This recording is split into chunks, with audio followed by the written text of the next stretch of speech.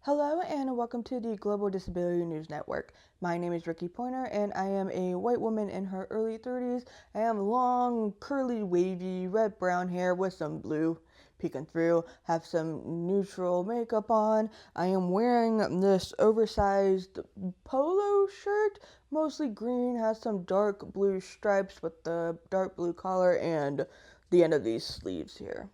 And I am sitting in my living room on the couch in front of a wall with a lot of cat framed art, and you might see my cat peeking through here. In Israel, Israeli Sign Language, also known as ISL, has officially become an official language. This makes them the 82nd country in the world to recognize sign language as an official language. The bill that was proposed by the Knesset plenum was unanimously approved with 34 votes. So what does this mean now for deaf Israelis? This now means that Israel has to promote, develop, and preserve the language alongside of Hebrew, which is their official spoken language. There's a quote in this bill that I would like to read to you. Sign language is a rich and unique language that enables a deaf person to communicate and express themselves in their natural language, shared and inclusive for all. But Israel is not the only country to recently make this move. In fact, Ghana has plans to recognize Ghanaian Sign Language as their 13th official language. The Minister of Education said, "One of the things for which I want to be remembered is that Ghana currently has 12 official languages.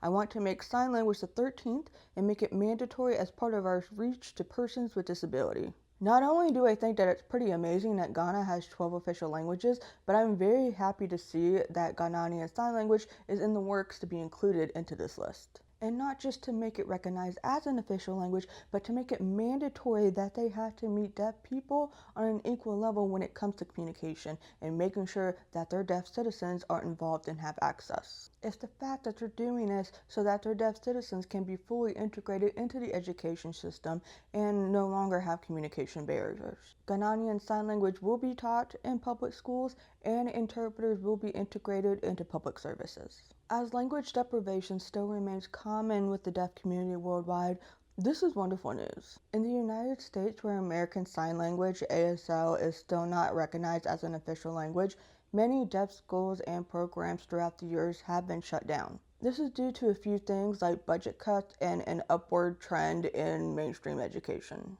This can mean putting the deaf student into a public school where there may or may not be a deaf program, so they may or may not have access to ASL. As a deaf person myself, I grew up mainstream with no access to ASL and really no accommodations whatsoever. So this really affected my school life, my social life, my grades, and higher education or lack thereof, and affected my career now. So having only now started to have learned ASL in my early adult years, I understand the struggle after having that deaf community experience of not being able to have that growing up and feeling stuck in school. When sign language is shoved aside or frowned upon in society, it does make things more difficult for deaf people to navigate the hearing world. So to have Israel and Ghana make sign language an official language set, or to have that be in the process of being so,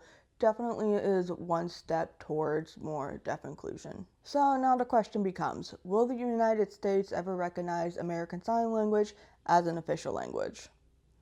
That would be a wonderful moment in time. To be in the loop in more disability-related news, be sure to follow us here at the Global Disability News Network YouTube channel.